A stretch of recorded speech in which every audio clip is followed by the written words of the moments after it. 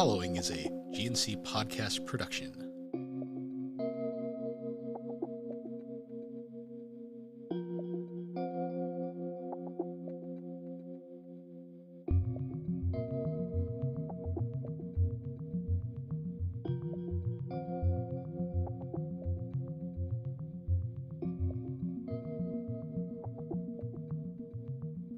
Welcome to Geek Addicts, a pop culture podcast.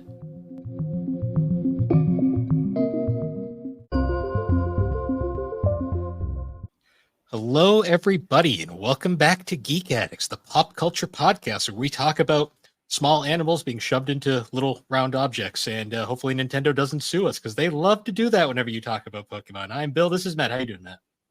I'm doing all right. What you talking about on the most recent episode of 3D? At least at the time of this recording, the most recent 3D episode. How Game Freak is suing some people over Pokemon. So it's not Game Freak. It's the Pokemon Company and Nintendo. They're suing the developers of the game Pal World, which was essentially a Pokemon-esque styled game where it was more of like a tactical-ish kind of game, but it was essentially Pokemon with guns. I gotcha. Yeah, because I feel like maybe it was my friend Tom. I know somebody recommended that I play that game, and I'm kind of glad I didn't, because if they're getting sued, then I doubt they're going to be around for long. So here's the thing about that whole situation where I went from initially praising Nintendo to thinking they're idiots. This game literally is, aside from like some very basic ideas, which aren't anything original that Nintendo owns, the game is barely anything like Pokemon. It has some character designs that are kind of reminiscent of Pokemon, but there's no direct like copies or anything. And it's such a, the fact that they're claiming like copyright infringement is ridiculous in my opinion. The thing that gets me is this game's been dead for a while. Like there's people playing it obviously, but like it has been out of the public sphere. Like the hype for it is completely dead at this point. Like nobody actually cares about Power World that much anymore. And initially I had praised Nintendo because when this first came out, Nintendo had basically, their only statement was, they basically said, we're aware of it, but we're not really pursuing anything right now, which I thought was genius because essentially they just disregarded it and let it naturally fall out of the spotlight on its own and disappear. Which I was like, okay, that's genius. Yeah, but it'll just die on its own and they'll move on. What they've done now is now they're suing them. They've brought the game back into the spotlight, and now people are going to play it again out of spite because people hate when Nintendo and companies do this shit. Yeah, that's fair. So it's like, it's dumb. I went from like, Nintendo, this is smart, to Nintendo, you're fucking stuck in 95 again. Yeah, that's about right. I just want to throw out an apology at the top here. I am struggling with some sinus problems from the temperature fluctuations over here, and so I may be a little stuffy. I may have to clear my throat a little bit more often than usual. So just at the top, I don't let people know that. Gotcha. Yeah, it's been just one of those crazy situations. Yeah, fucking Nintendo. It's like, I don't know. It just makes no sense to me.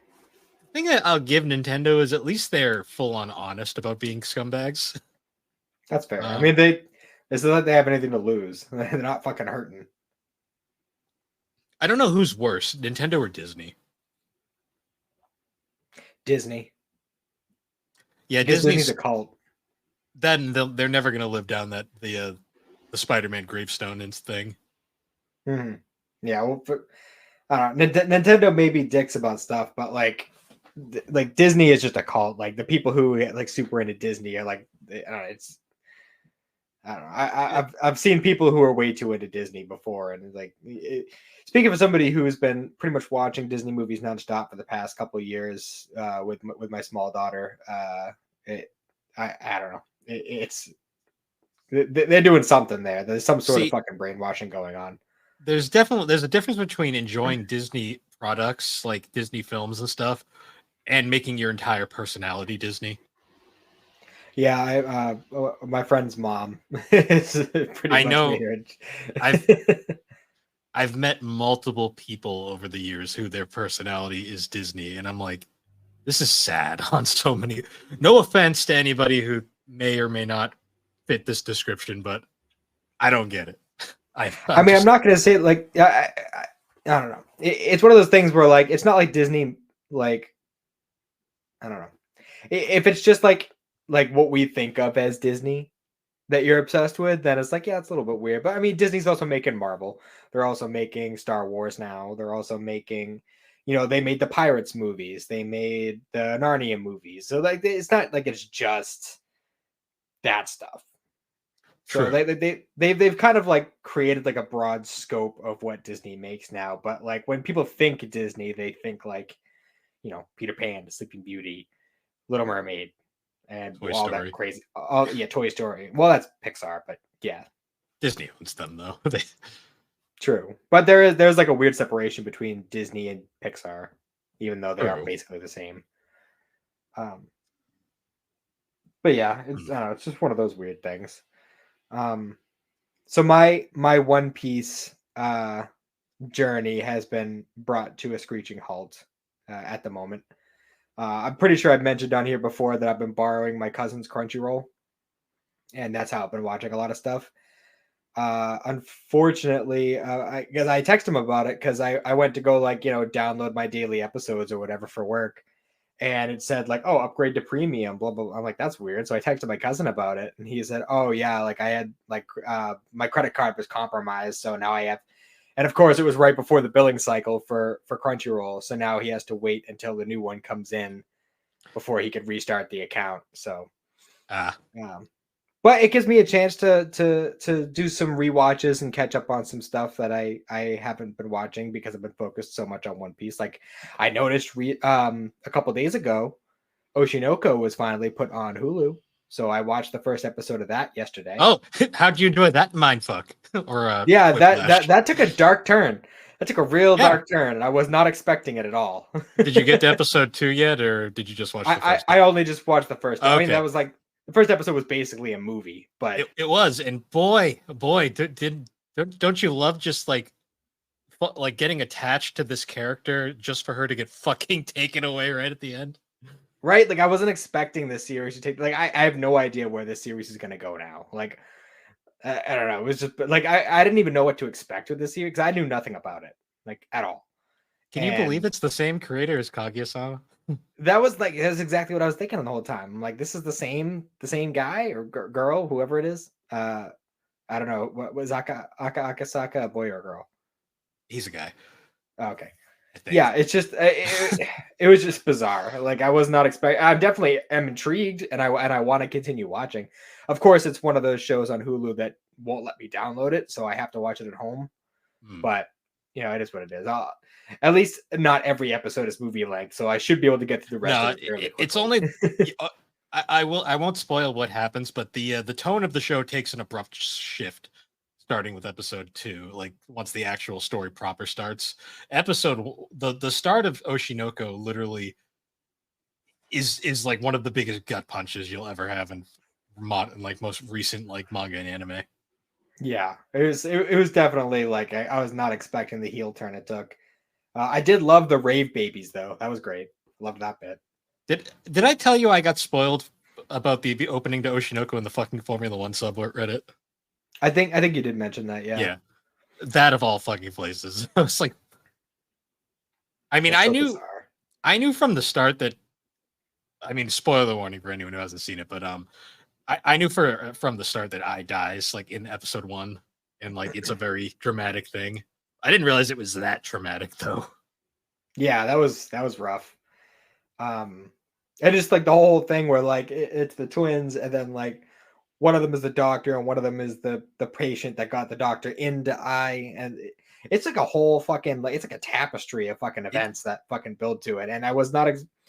This is a weird, a very weird and interesting take on the whole reborn as blah blah blah. Like it I don't gets know. weirder. It's It gets I'm weirder. sure it does. I'm sure it does. It's actually kind of turned me off to it a little bit or as it goes. I won't say why, but I'll just say that it's interesting.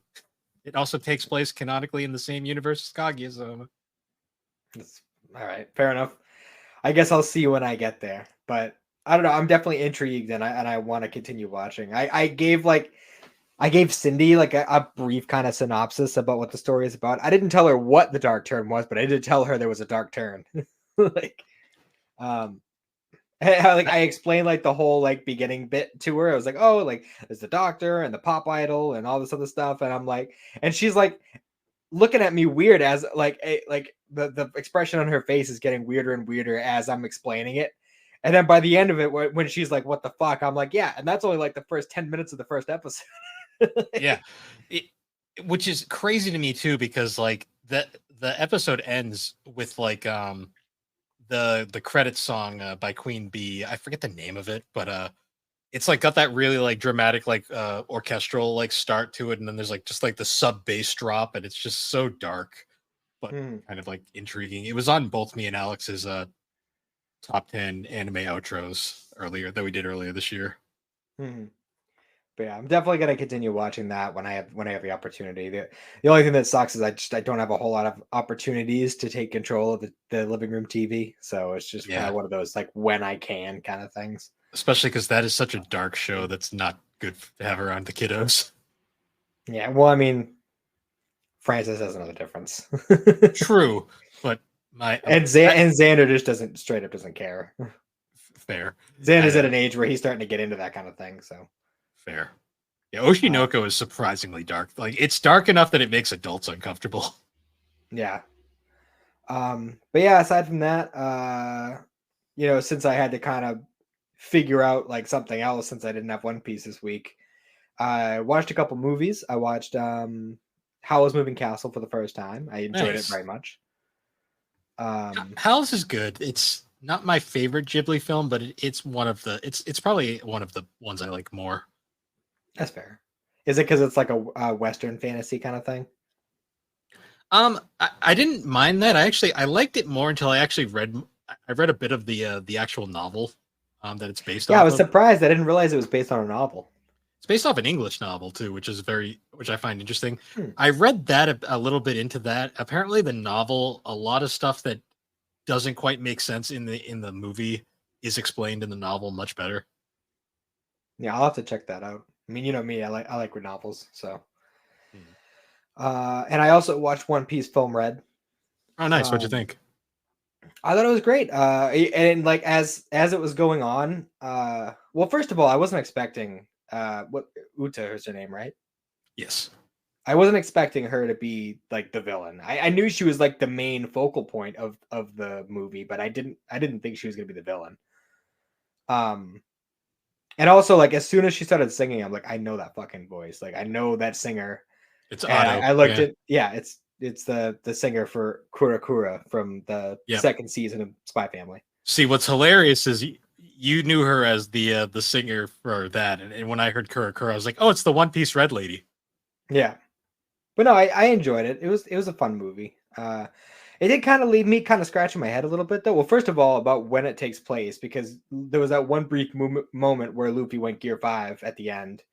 But like the way that the movie is presented, it seems like it's before Wano. So that's kind of confusing.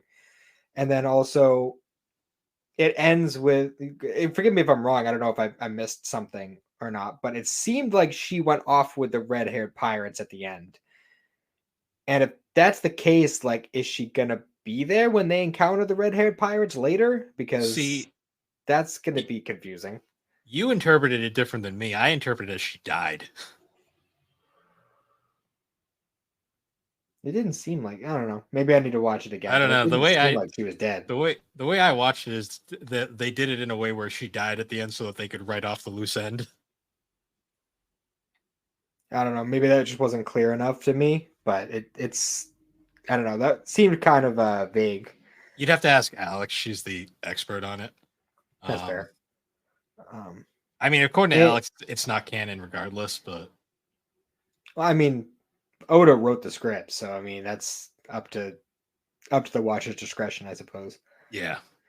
Um, and aside from all that, I rewatched the '90s Berserk anime, Hmm. which I know it's not your cup of tea, but it reminded me how fucking great that story is and what a fucking deep character Guts is. And now I've committed myself. I can't afford to buy the deluxe editions, but I decided I'm going to start like, every week I'm going to buy another uh, Kindle volume of Mm. the manga because I looked into it and I realized because I read a bunch of Berserk a while like years ago. But when I actually looked into how much I read, I only read like half of what's available right now. Wow. And I don't even think that much has come out since. So Well, yeah, there's still a lot more. unfortunately, I don't know how it's going to end, but Well, excuse me. Apparently, he did leave enough information behind for. I think it's his friend who picked it back up for him after he passed. But mm, I believe he left enough information behind to get at least the broad strokes of what he wanted for the ending.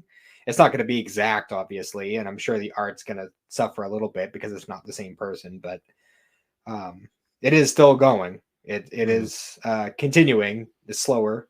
I mean, slowly.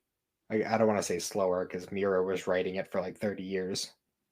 yeah, And it's only just now. I think that there's a volume coming out next month, and it's like that volume will put it at an equal volume count as like the original run of Dragon Ball. So mm, it's definitely a slower pace for a manga that's been going for 30 years. It's been going about as long as we know longer than One Piece technically mm, by actually quite a wide margin. Like I think it was like started like 7 years before One Piece, something like that. true. And there's a considerable less number of volumes. Well, Oda's a fucking machine. So Yeah, no shit. But yeah, I'm determined. I'm gonna go through it. I'm just gonna buy a volume a week and just because it's such a good story. mm, And I need to know what happens. And I can't yeah, believe I can't believe I've let it go this long without knowing. So I just got and then whenever we found out that the fan made adaptation that was gonna actually do the series justice got hit with a cease and desist from Studio Gaga. So that's not happening anymore, which fucking blows. We're never gonna get a good fucking adaptation of that. So yeah. the only way I'm gonna experience it is by reading the manga. So that's what I'm gonna do. Mm. Yeah. Speaking of anime, we also recently, for those who know, we're part of the Superpod Network. That's superpodnetwork.com. Um, Me and Matt actually contributed to a recent blog over on the site talking about our favorite anime arcs, which was pretty fun. Mm-hmm. I covered the legendary wedding dress saga from the original Dragon Ball. I covered the Garlic Junior saga of Dragon Ball Z. Funny enough, we both picked filler arcs for Dragon Yeah, Ball. the best filler arcs. Fair. Well, it's debatable. I really like the Otherworld tournament, True. but I mean, I think yours is probably the best filler arc overall for Dragon Ball, Oh unless yeah, you count like the like little like 2 episode like filler bits in Super, like that little like chunk of like 10-15 episodes that's just true. all filler two-parters. Like I liked those a lot, but that's not an arc, that's just a collection of two-parters. Yeah, it was. I don't know. It was just fun to write about it. Like I always think back on the wedding dress arc just because it's like it perfectly ends off the original Dragon Ball series. And it's like a perfect kind of like transition from that to Z. Mm-hmm. Um, Yeah, it's for sure. also literally the only time Chi Chi's like ever been super likable. Yeah. Like just like throughout the entire thing. Like she has her moments in like the later stuff, but like she's always teetering that line of being like likable and just being like psycho bitch, like in the corner. Well, well, she's a lot chiller in the manga than she is in Oh the yeah. anime. They were like really like amped it up for the anime. And then Super made it like 4 times worse for some reason. Yeah, no kidding. But Um, she's like but we will super be chill doing. though in wedding dress. So Oh yeah, for sure. We will be doing more of these in the future. We've already talked about doing like more parts to the anime arcs, and I've also throwing out suggestions for other future ones, so look forward to those. Hmm. I'm still I might already be in the process of writing my next arc for the blogs.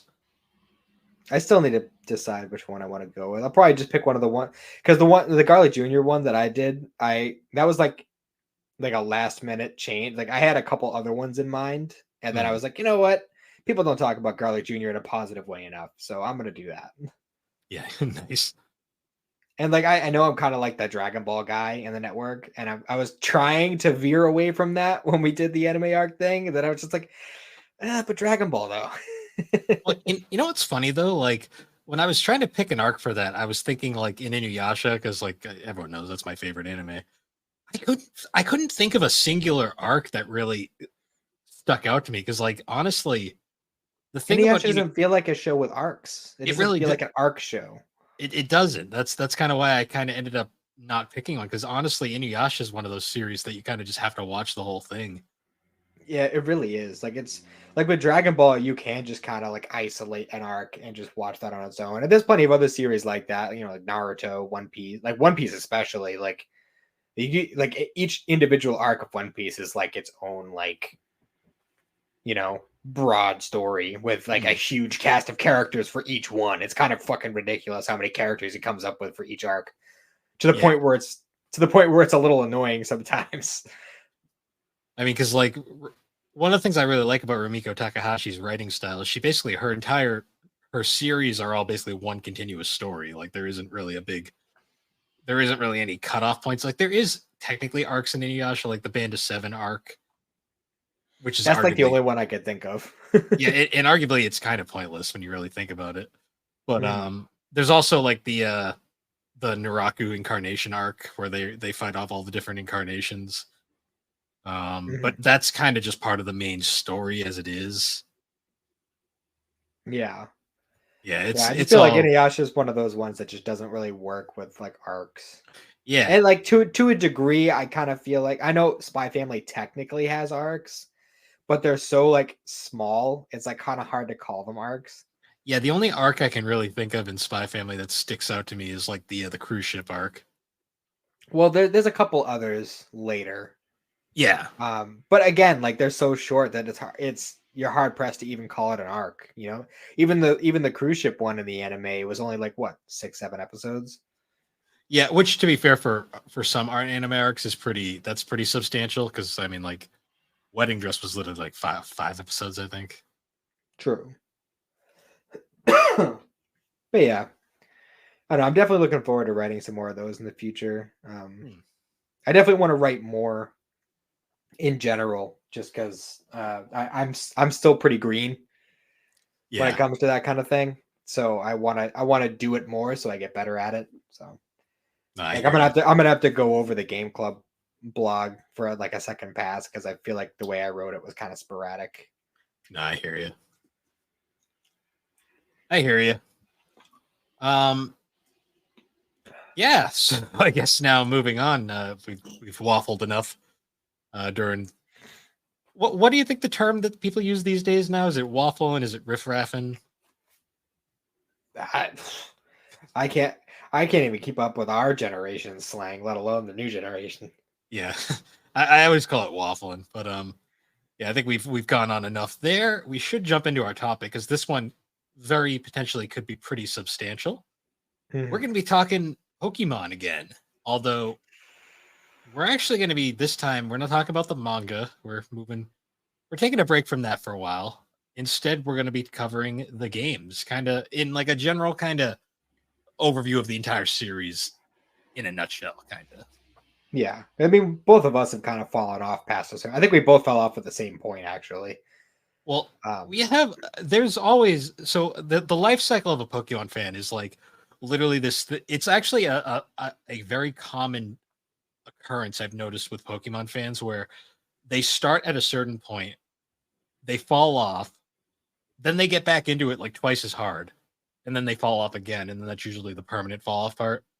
yeah, Like, because I know, like, for a lot of like very old school, like people from the beginning, they got into it with obviously with like the original Red and Blue. then they kind of fell off around like Ruby and Sapphire. Came back for Diamond and Pearl, were super into it, and then they fell off years later. Hmm. I know for like our generation, I know for me personally, I got into it with Ruby and Sapphire, fell off sometime after Diamond and Pearl, came back and played the hell out of Black, White, X, and Y. And then after the Ruby and Sapphire remakes, I infamously played about 20 minutes of Sun and Moon and put it down. And I've just never really gotten into Pokemon ever again. It's about right. That's fairly similar to what mine was. I started my actually it was my if I remember correctly, my first video game that was mine was Pokemon Yellow. Hmm. I got it for my 5th birthday with a Game Boy Color. Um, and I kind of went through the gauntlet of the game, like the Game Boy Color ones and the Game Boy ones. Like I started with Yellow, and just by chance, because adults didn't know, back then. So I ended up with Blue and Red as well, and then I got Gold, and I didn't actually own Silver or Crystal until like later, but I know I played them. I Hmm. probably just borrowed them from other people. Um, See, that was kind of the benefit of owning the multiple versions was like Pokemon Infamous. I think it's still infamously to this day. You can only have one save file per cartridge. it's technically yes, but now that Pokemon is on Switch and you can just have multiple profiles on Switch, that kind of does away with that. True, but it's still kind of a pain in the ass. True. But I mean, like, Switch is super. I like the way Switch does, like, the whole profile situation, because there's one thing. Every time I boot up the Xbox, like when I was streaming Fable and stuff, every time I would boot up the Xbox, it would automatically sign into Xander's profile. And it was so annoying to me because I had to sign him out, then switch over to mine and whatever. I like this way Switch does it, where you don't sign into a profile like, I mean, technically you're signed into a specific profile when you turn it on, but whenever you select a game, it asks you which profile you want to play it under, and I like the way that works. Yeah. Um, but yeah, I think my first fall off point for Pokemon was Heart Gold. I played Heart Gold, and then I was like, all right, I'm done with Pokemon for a while, and then I don't think I picked it back up until X and Y. I kind of leapfrogged straight. I still to this day haven't played the original Black and White. You're missing out too, man. I know. I see at this point, it's like I know that out of all the Pokemon games, like that, those are the ones I need to play. Mm. But it's the same argument I give to my stepson whenever he tells me to play like Scarlet and Violet and stuff. It just at this point, I've played so much Pokemon throughout my life and missed so many other great JRPGs over the years that I would just rather play one of the ones I haven't played rather than play another Pokemon game. Yeah. It's it's really interesting to me because Pokemon really is it's like baby's first RPG in a lot of ways. It was Um, the only RPG I played for a very long time until just a few years ago. See, I had the benefit of playing Final Fantasy VIII, very very young. So I was always indoctrinated to RPGs being these confusing, complicated messes. But Pokemon was always like a weird one because like the whole like Pokemania thing was a real thing. You ever seen the meme of like it shows like your childhood and like everybody's playing Pokemon, and then Oh yeah. it goes to high school and it's like the one kid is playing Pokemon and everyone's like making fun of him for playing Pokemon, and then you get to Mhm. college and everyone's playing Pokemon again. Yeah. Well, it's like we said, that's the life cycle of the Pokemon fan. I mean that isn't a hard and fast rule. My friend Steve, who you've met on several occasions, he is still super huge into Pokemon. He buys every game that comes out. In fact, every version of every game. Like when Scarlet Violet came out, he bought both of them. Like he does that with everyone. Hmm. So I mean, some people stick with it, and I True. can understand why. But I'm just at a point right now where like I want a little bit more substance in the games that I play. Um,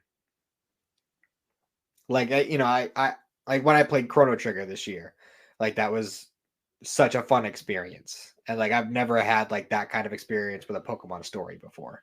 It's amazing that a game that was made in like 1995 has so much more substance than a modern game that just came out for the Switch that barely functions. Yeah. Interesting.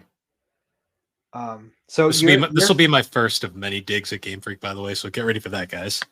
So your first Pokemon game was Emerald, correct? Not Emerald technically. It was Sapphire originally, and then I Gotcha. got Emerald when that came out. How long did it take you to double back to the older Pokemon games? So, actually, probably farther than you'd think because it wasn't back in the day. It wasn't easy finding those older games. So my first time experience playing Gen 1 was actually Fire Red Leaf Green. Okay. And that makes sense because those games were like really big when they first came out, like having the redone version of Gen 1. Well, it also was a case of like back when you were a kid, you don't appreciate. I mean, to be fair, 8-bit graphics are kind of ugly in general, like even by today's standards. And true, but there's a charming aspect to it, though. There is a charming aspect to it, although let's face it, Red and Blue are broken as fuck games. Oh, for sure. Which is hilarious. Tentacruel is my main in the old Red and Blue. Which is hilarious too when you consider the fact that our Red and Blue is based off of Japan's Blue version, which was the fixed version of their Red and Green. It's like the version we got was the fixed version. And it's still broken. Mm-hmm. And then Yellow was an even further update that was still kind of broken. See, I loved playing Yellow when I was a kid. Like that, I loved that was my first Pokemon game, and that I feel like was the perfect one for me because, I mean, I got into Pokemon because of the cards and the anime. Which I gotta say, like when I actually got the game, there was a level of disappointment because, like, I watched the cartoon and looking at the cards, like the designs and the art is so fun as a kid, and then you play Yellow and you're like, what the fuck is this garbled bullshit? Which is hilarious. This is not the cute animal I've come to love. The best part is though, Yellow, they redrew all the sprites a second time so they look better. That like original Japanese Red and Green, those sprites are some of the fuggliest sprites I've ever seen. Oh, for sure. I still remember like whenever I play Red and Blue, I always pick the grass type, so I always have a Venusaur. Fucking Razor Leaf criticals every time. It's amazing. Oh yeah, for sure. Yeah, I always went for the fire types whenever I'd start. Like if it was the first time I played like this, like a particular Pokemon game, I always played the fire type first, and then I would mess around with other stuff. Like so you had a rough time in Gen 1. Well, no, because I played Yellow. What I mean, yeah, technically, yeah, it was a rough time because I had Pikachu. But second gen, the one Yellow is to me arguably the best version of like the original games in pretty much every way. Oh, for sure. My only thing I dislike about that game is the fact that you can't evolve Pikachu. There is a way to do it. It's just there's a way to do it, but it's not easy. You just got to trade it. You trade it to a buddy, they evolve it, and then trade it back, and then it's a Raichu. True. The only thing is, though, like back in the day, especially with link cables, it was a lot harder to find friends to trade with than I thought. I still have my old link cable, too. I think I have a link cable somewhere. I remember being like so confused about that, like when I was a kid, because I was a sad kid who didn't have many friends until like third grade, fourth grade, something like that. So playing Pokemon back in the day, like I'd go into the Pokemon Center and I'm like, what's this counter on the other side of the healing center? Like it keeps saying like, what is this like link stuff that I have? What does this mean? Why am I barred from this? I don't know what this is. It took me forever to find out what that actually was. See, I just have inherent trust issues because the first time I did a trade on a trade with like a link cable, the guy who I traded with ran off with my my Gengar and I never got it back, or my Haunter, I should say. Yeah. So I always had inherent trust issues with doing trade evolutions because I was like, you just run away. Well, not even just that either, is because in the old Pokemon games, To anyone, any kids out there who don't know, um, you couldn't tell what Pokemon it actually was because the little sprite that would be next to its name would just be like a basic sprite for like the type of Pokemon. Like there'd be like a group of Pokemon that would fall under Yeah. one specific sprite. And nicknaming a Pokemon, like there's no way to tell what Pokemon it actually is. So there's tons of people who would just nickname their Pokemon Mewtwo, and then they'd send it to you and it's a fucking Spearow. Yep. Or like my Or like an favorite, Abra or something. Like, or even in the later games when you trade something and then they'd like sneak an Everstone in and trade it back to you just to be a dickhole. yeah, yeah. Like that one fucking bitch in Gen 4. Yeah, they actually made a character. That was the biggest fucking kick in the dick back in the day. It's just, oh, this person's gonna trade me a Haunter. Awesome. I'll just have a Gengar right off the bat. Nope. Nope. Not gonna happen. Yeah. No, it's one of those it's one of those things that's just like Pokemon was supposed to be like a thing that that was supposed to bring people together, but I swear it just made people like distrust people and be paranoid as fuck. Yep. Did you ever And do a link also, cable battle? occasionally. It wasn't very often. I I remember didn't use doing the it. link cable. Ironically, I didn't use the link cable very much until I was an adult, and I had like my little group of friends, and we all got Game Boys, we all got OG Pokemon games, and we worked together to actually catch them all for the first time, and that was a fun experience as an adult.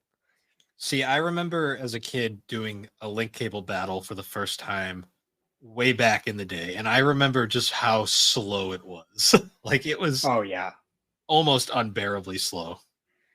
for sure. I mean, it was great once the the virtual console for 3DS, like when we got those versions and played against each other with that, like that was a lot more convenient to say the Hmm. least. And it was quicker. Hmm. No, I know that for sure. So, trying to think where to go from here. So, obviously, like, I think we had most of our experiences with like Gen 3 games. I think as far as like childhood, yeah, I'd say we probably spent the majority of the time on the GBA games, the Gen 3 and the Gen 1 remakes. Just because like that was like Game Boy Advance was very current when we were at that like prime age. Hmm. Um, and especially with the Gen 1 remakes, where if you got that brand new, not used, it came with that little attachment that you could put onto your GBA where you could wirelessly do battles and trades and stuff, which was really nice. I remember that classic feeling. Um, yeah, That's a Gen very 3 was novel thing at the time. hmm. Yeah, Gen 3 was such a unique time. Like it's actually funny because Gen 3 was specifically Ruby Sapphire and Emerald and then like Fire Red Leaf Green. I always inherently like for the longest time the Gen 2 starters were like the biggest like mystique for me as like a Pokemon fan because I had missed those games entirely.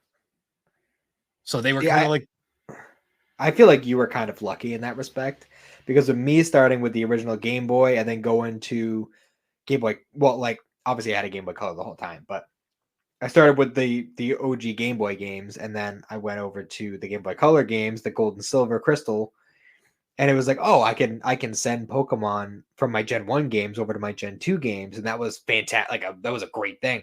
And then when Gen 3 came out, I was like, oh great, I got all these Pokemon I can fucking send forward. Nope, no mm, fucking communication between the two. You cannot send anything from Gen 1 or Gen 2 to Gen 3. And I was so fucking frustrated by that. the only way you could get your Gen 2 Pokemon in Gen 3 was you had to play Pokemon Coliseum and oh my god, that is you guys want a miserable experience, play Pokemon Coliseum. That's all I'll say. I still have that game. I do too. It's $100 game now. It was one of the few GameCube games I had, and it's been passed on to Xander now. I don't think he's played very much of it, if at all. But I mean, let's be real, it's not a very good game. no, it's not. It's probably one of the shittiest Pokemon games I've ever played. The It concept of it was great, it was but a cool not idea. Just having wild Pokemon kind of really killed it. also making everything just arbitrarily a double battle is not fun. Well, see, I could have dealt with that. It was the fact that you can't grind, and you have to be able to grind in Pokemon games. Mm. Then like you couldn't like you had to like you couldn't reliably get Pokemon because of the shadow Pokemon mechanic in that game, which And yeah, the few instances where you would have to grind against trainers, which you couldn't rebattle, by the way, mm, you couldn't even level up the Pokemon until you purified them, and you had to beat like X amount of Pokemon before you could purify them, and then they'd start gaining levels. So like you had to use up all your limited resources just to get to the point where they can level up. It was a whole fucking convoluted mess, and I despised it. I hated the fact too that it was like that was like the first real Pokemon style game on a console that like was an actual game, not just a battle simulation like call it like a Stadium was. Yeah, And I had more fun with Stadium, honestly. Stadium And at with least fun. with Stadium, you could play the OG games on the TV if you had the adapter. Then Stadium at least like functioned and like made sense. Like Yeah, Coliseum, it was just such a convoluted mess.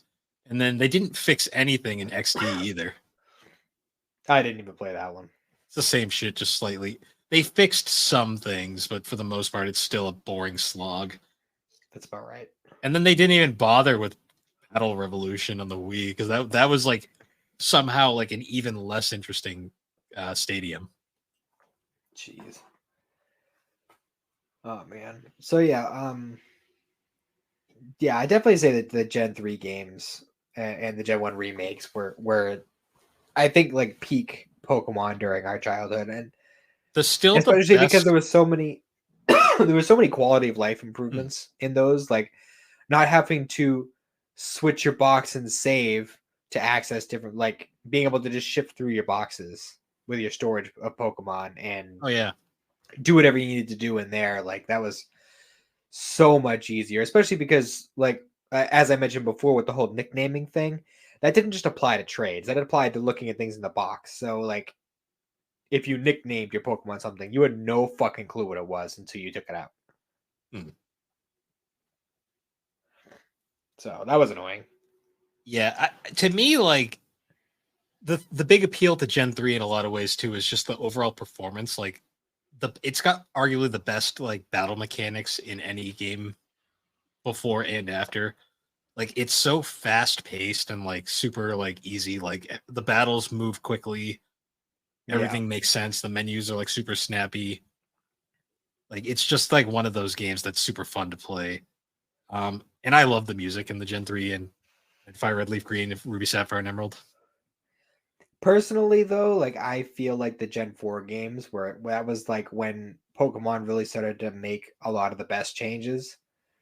Um, They I'd say with Platinum on, just because Diamond and Pearl, trying to go back to those games, they are so slow. I couldn't And tell you the last time I actually played one of the, like I had Pearl at first, and then eventually I got Platinum, and then I lost Pearl somewhere along the way, but I still have my Platinum, and that's the one I generally go back to.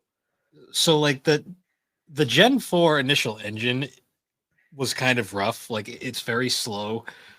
It doesn't it kind of stutters a bit. It's not as snappy as like Gen 3 was. They fixed it up a little bit for Heart Gold and Soul Silver, and then Platinum is probably the most refined version of that style. Gotcha. I re- excuse me. I remember Diamond and Pearl, like the hype for Diamond and Pearl being pretty high. I was excited for it. I just remember because the DS was such a big thing at the time. I remember like the seeing the screenshots and like seeing like the little faux 3D like throughout the game, like with like the Pokemon centers and everything being like kind of 3D. Yeah. I remember that being kind of cool. Yeah, added some depth to it. And then when the Gen 2 remakes came out, like that was a that I mean Heart Gold is still my favorite Pokemon game of all time. Like Heart Gold and I made know the I know it has its problems, and it like it has some like aging problems. I know a lot of people tend to not like the way like the old school XP share works and stuff like that, but like I don't know, it's just Heart Gold Soul Silver to me is just like peak Pokemon. We've really been spoiled by like the current like from Gen 6 on XP share where it's basically just like it plays the game for you at this point. Pretty much. Especially like getting XP from catching Pokemon. That was a huge change. Mm. I still remember too also like the dis the kind of like disemphasis put on HMs because like HMs for the Yep. longest time they were run killers in a lot of ways because if you didn't want to have an HM like an HM bitch as I like to call them back in the day, where you'd catch that one shitty Pokemon and just give it all the HMs so that you wouldn't have to put it on your main team. What was your go-to HM slave? Um, whatever I could find, and then I just once I was done with it, I just throw it away. Fair. Gen Like 3 Lanoon was a good HM slave. Could learn most of them. see, it's funny because certain HMs I would keep on Pokemon, like all the water ones are pretty useful. Like Surf is incredibly useful. Yeah, Surf is a solid water type move. Waterfall is basically the same thing but physical. At least from Gen 4 onward. Uh, That was the big thing with Gen 4 is the special physical split. hmm, Because back in the day, from Gen 1 through 3, um, whether a move was physical or special depended entirely on the type. hmm, Whereas from Gen 4 onward, it would depend on the move itself. Like for instance, um, say like the elemental punch moves. There was a reason why Hitmonchan sucked in the first three gens, and that was because all the element punches were special based, whereas in hmm. from Gen 4 onward, because they're punch moves, they are physical, even though they have the element to them. Hmm. Yeah, I always remember that. Another one that was super useful to me was like Fly. Fly was always pretty good. Yep. Fly was good, and then Strength was surprisingly useful. Yeah, especially if you gave it to like a Snorlax. Hmm. It's like a good physical attacker that's also a normal type. Like strength is solid. Yeah, I know. I'm trying to think of the other, like Rock Smash was pretty meh. Like sometimes it was okay, other times not really. Cut Defog so was bullshit. Defog is the dumbest HM ever, and I'm glad they did away with that after one game. Yep. Um, Dive was kind of fun because it was basically Dive was just another version of Dig, only in water. Yeah, basically. Um, Rock Climb was, fine. Cut wasn't great, but depending on like for instance, there's I forget what the ability is called, but there is an ability that a Pokemon like Scyther can have where if a move does like 60 damage or less, it gets like a 50% boost to power. Hmm. So like Cut was actually decent with Pokemon like that.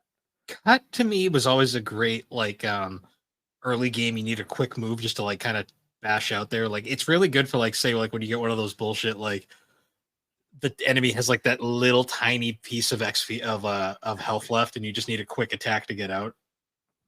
So they Or if can't. it's good for a catch move too. Yeah, that's true. If you need to just kind of like not do too much damage. I know Mhm. occasionally like you get later game you'd get like the goddamn infinite cycle of like you almost kill it and then full restore, almost Yep. kill it, full restore. It's like god damn it. Fucking Cynthia. Actually, let's do a little diversion. Who do you think was the best champion? It in terms of like who was like the most difficult to be, like who was the strongest or who was just the best, like as a Let's person. let's do let's split this question in half. Like which one gave you the most shit, but then which one's also your favorite?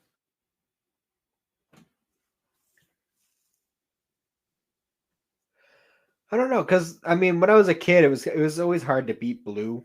Lance was stupid. Like Yeah, He Lance went was the from worst Elite Four to champion. champion. Like he was like the default champion. He was the champion because the champion dipped.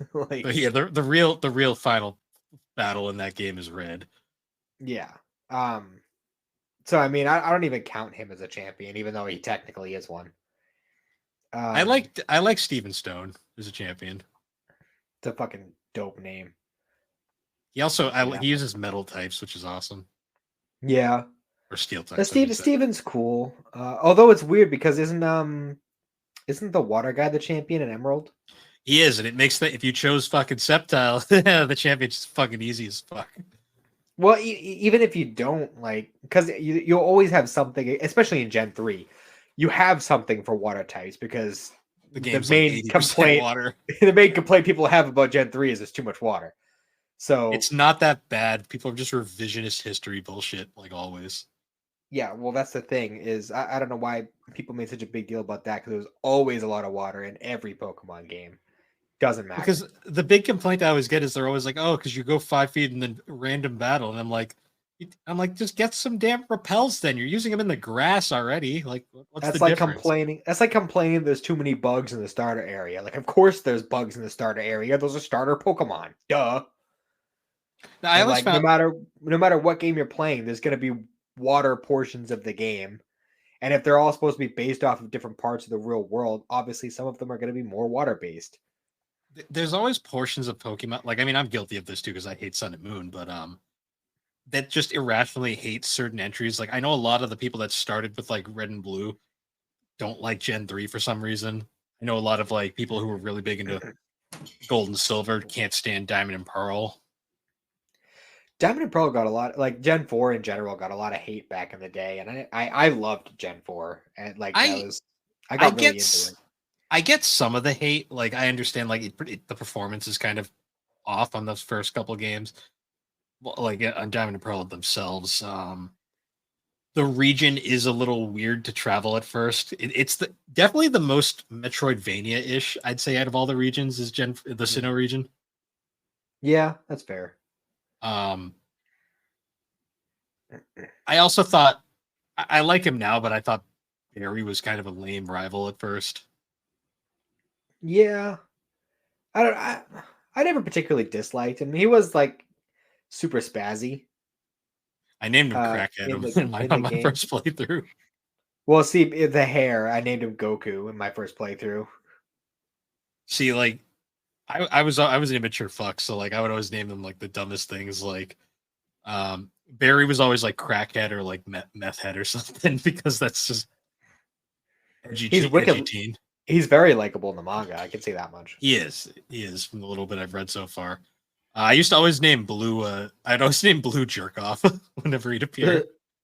Yeah, that's Um, fair. Smell you later.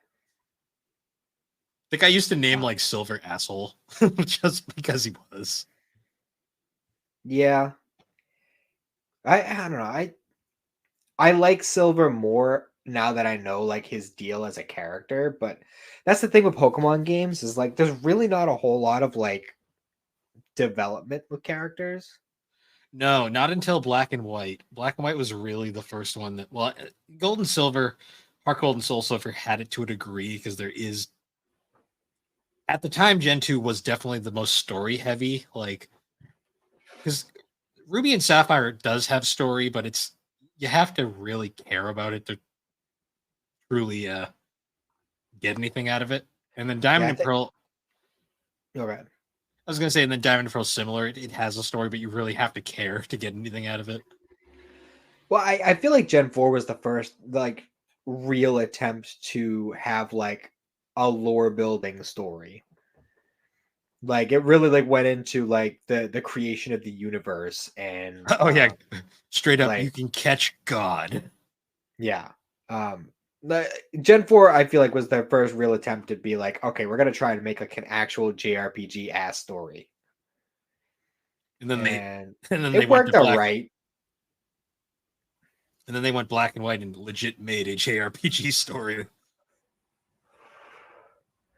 Yeah. That's why I feel like I mean, since like Gen 6 is like my cutoff point. I mean technically like the Gen 3 remake and I did play the Gen 4 remake and I enjoyed it for what it was. It didn't add a ton. There was some like quality of life improvements and stuff that I appreciated, but I mean, I definitely wanted more out of the Gen 4 remake. I wanted it to be more like the Gen 3 remake. Yeah. Or even the As Gen 2 remake. Like the Gen 2 well, remake added a bunch of great stuff. Heart Gold Soul Silver, that is like a perfect remake that actually like faithful adaptation, I should say. Um because arguably Omega Ruby and Alpha Sapphire are like reimaginings more than just a straight up remake. True. Um let's see. So we've covered we've kind of jumped around a little bit. Because we were talking about HMs there for a bit, and then we talked about so we were talking about the champions. Oh, right. I don't know. I mean, I definitely in a lot of ways I like Cynthia. I like Cynthia as a champion She gave because me the most shit, I think, out of oh, for all. sure. She's definitely one of the most difficult ones. But I also just like her as a character too because she's like pretty significantly involved in the story of that game. Mm, You beat her grandmother before you even fight her, which is kind of yeah, weird, but I mean, I guess it's not that weird because technically the first person you meet in the first game is the champion's grandfather. So yeah. It's so weird that Blue's technically a champion when like it's like I like the idea of the rival being the champion, but I did enjoy that they didn't make that the go-to thing with every game. honestly, I thought it was a little disappointing that they didn't ever really do that again, to my knowledge. I don't think anyone would have ever topped Blue, to be honest. Eh, it's debatable. I don't think I just don't think I would have ever taken Barry serious as a champion. Well, not Barry at least. Maybe Dawn. Don doesn't do anything in the game though. Yeah, I was really disappointed by that in Gen 4 that she wasn't really like or if you were the girl, whatever the guy character's name is. Like Lucas. yeah, they just don't really do any like they were supposed to be like the de facto second rival, but they didn't really do much. It's just They kind of legit lame. they don't. Like it's not like Ruby and Sapphire where ironically like Brandon and May are arguably more of the main rival than Wally who tries.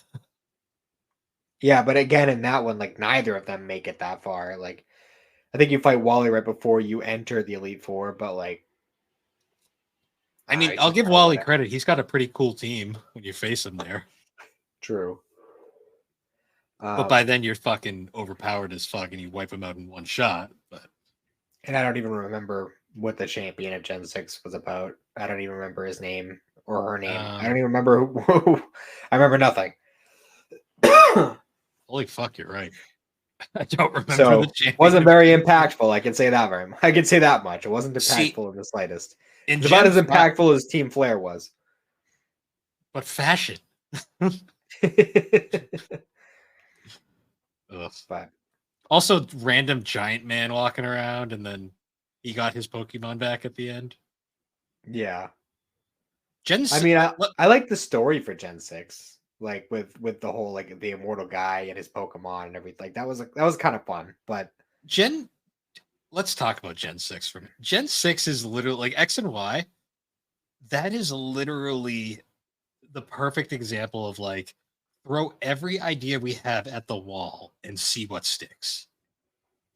and the irony is, the things that stuck, they didn't stick with. No, not at all. Um, Gen 6 also has some of the weirdest fucking pacing in a Pokemon game I've ever seen. Yeah, because wasn't it like a thing where like you could kind of choose which path you wanted to take? Like there was like once you got to a certain point, it was like you take the right path or the left path, and that would take you on a different course. Yes, but it was still weird how they did it because like you face off against the first gym pretty quickly into the game, and then there's a Mhm. huge gap between the first gym and the second gym. But then right after Yeah, you finish the second gym, it's like you get like three gyms in a row, like right after that. It's like a weird way they did that. yeah. Um, and they just hand you a but I think that was the start of like the handholdy thing. Like it wasn't too bad in X and Y, Well, X and but they Y didn't start does that. X and Y did a cool thing where like rather than the one rival, they gave you like 5 rivals. Yeah. Only like 2 of them really matter, but it was a cool idea because you have like the strong rival, the somewhat weak rival, the rival that doesn't do shit. Uh, because I always remember too, like the first dungeon in X and Y, you literally one of your rivals follows you the entire way through, and they literally act as a portable Pokemon Center, and you can just re-heal whenever you want. Yeah, Gen 4, I think, started that trend. Like, there were just certain points throughout Gen 4 where somebody would just be like, hey, let me tag along through this dungeon and I'll heal your Pokemon after every battle. Yeah. But Um. I did like that I just got gifted a Lucario in X and Y, though. That was fun. Yeah. That and also like you pick your starter, and then it's like, oh yeah, by the way, here's a Gen 1 starter just for free. Yeah, that was also rather nice. It's like Jesus But at the Christ. same time, it's like, do I really want 2 starters and a Lucario? Like, that's kind of cheating. And It's I think only that was cheat. like, huh? It's not cheating if the game flat out gives like forces you to take them. I know, but like that was like I mean, X and Y had enough to keep me occupied. That was like probably the one Pokemon game that I spent the most time in a single file on. But Same, which is weird because I remember barely anything from it. well, that's the thing is I like whipped through like the story and all that, and then like all the rest of it was just spent uh building teams. And because this was the point when like I had my like little group and we were all playing X and Y, and we were all playing around with different megas, and we were doing the battle frontier stuff, and You know where I we, spent we the were working majority? on we were trying this is when Wonder Trading came out, so that was a huge thing that we spent a lot of time I on. spent the majority of my time in X and Y in this one cave right before the Elite Four. There was like this one little spot that you could run around in circles and just constantly get strong Pokemon. I would Yeah, spend literally just hours in there catching like random gravelers and then just wonder trading them just to see yeah, what I could get. And I was the immature asshole that would like give them the dumbest fucking names, it's about right. just send them to people. Like And I you think a lot of still couldn't rename nicknamed Pokemon that came from yeah. other people at that Oh time. yeah, So I got some offensive fucking shit. I won't say what, but some of the Pokemon I got back, I was like, "Oh, Nintendo censors didn't try on this one." nope, nope. Or whenever Um, you'd get someone would trade you a Pokemon with an Everstone, and you'd be like, "You asshole." mhm. I did like that. In X and Y they added the Battle Chateau, which was pretty much just a building where it just had a bunch of trainers that you could just fight over and over and over again. And that was a great way to build up teams, especially with like the whole team XP share. Mm. Like that was the only reason I was able to build up so many different Pokemon is because of that. Oh, speaking of interesting locations, we forgot to talk about Gen 4, the Pokemon migration feature. Oh yes, with which is one of the was something that we'll never really get again because it was a very unique thing for the DS where it had the Game Boy Advance slot. Yeah, imagine getting a DS Lite and being like, "Oh yeah, this feature that was really cool, you can't even do it anymore." You could do that with the DS Lite. No, You mean sorry, the not DSi? DSi. Yeah. Yeah. I thought that was stupid when that came out. Like, oh, it's a DS with a camera. Who gives a fuck? Nobody wants whatever. Who cares? Um, I did yeah, not care at all. the migrating feature was really cool, but at the same time, I really didn't like the fact that you could only do like 5 or it was like 6 every like day. So you'd get your 6 and then you'd have to wait another day to get the rest. Yeah, that was a little annoying for sure. I forget what did how did the remake handle that? I Because I know they did something with that area. Obviously, it couldn't be the same thing, but I'm trying to remember what they did. I don't remember honestly. I'll have to jump back into it at some point and just look because I don't can't for the life of me remember what that was. Also, Gen 4 was the first one that like I remember them adding like a decent chunk of post game content. Like there's a Gen whole big island that you could explore after beating the Elite Four. Oh yeah, the battle zone. Yeah, where like the first area you go to is like the Battle Frontier area, but then there's like a whole bunch of like grasslands and mountains. There's like a cave where you can find heat ran. There's a bunch of other stuff too. It was really cool. That's also where like the infamous like there's that Wally fight where Wally at the time had statistically the strongest Pokemon in the series. Mhm. And then for Heart Gold and Soul Silver, because all the Gen 2 purists bitched so hard, they actually they had to re-upped Red's team to make his Pikachu the strongest Pokemon in the series again. See, that's like I couldn't have cared less about that. Oh, you'd be amazed how like I swear Gen 2 fans like they just have a hate boner for freaking Diamond and Pearl for some reason. Which is weird because that's the engine that made Heart Gold and Soul Silver so good. I know, I right? mean, there's obviously features in Heart Gold and Soul Silver that Diamond and Pearl didn't have. That like the Pokemon following you thing that was really fun. Why don't they do that more? I love that so much, and they they've brought only it done back for Let's Go. but that requires you to play Let's Go. Yeah, but you can ride an Arcanine. You also can't catch Pokemon fun at all. No, you stupid Joy-Cons. But no, like the Gen 2 remakes, like they added like the little safari zone off like in the far corner of the map, which was really cool. I know there was some other stuff that they added. It's just They also like added in a bunch of dungeons that were cut out of like the original Gold and Silver because they couldn't fit them.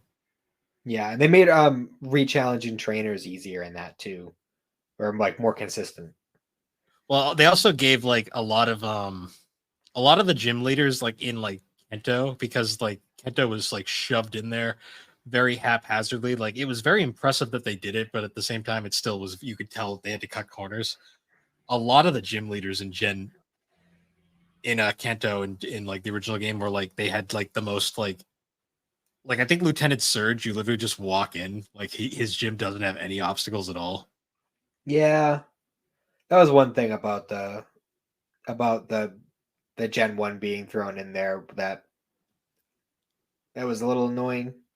How they just kind of did away with it. But at that point, it's like, you just kind of want to go around and get all the badges. You don't want to deal with puzzles. Like what? I already did all the puzzles for the Gen 2 stuff. I don't want to do them again for Gen 1 that I already did in the previous game. That's annoying. Well, I always remember So I because kind like of get it. because in the original game, Blaine was just in a random cave, but at least in like in the Heart Gold Soul Silver, they actually gave him a quote unquote gym. Well, at least it made sense. Like there was a story reason why he was in the cave. It was because True. the volcano on Cinnabar erupted and destroyed everything. True. Which I thought was kind of a cool, especially with like the way the time. Should we talk about the timeline a little bit? Because the timeline is weird in the games. Yeah, because it's essentially Gen 1 starts off the series, and then Gen 2 is like directly at like a couple of years after. Gen 3 takes place at some point during the same time as Gen 1, and then Gen 4 takes place sometime during the same time as Gen 2. Yeah, it's weird. And then every gen after that just kind of takes place one after the other. And I did get kind of like, I don't know if this is like an actual theory or if it's been confirmed at all, but since Gen 1 and Gen 3 happened at the same time, I'm wondering if the volcano on Cinnabar erupted because of Groudon.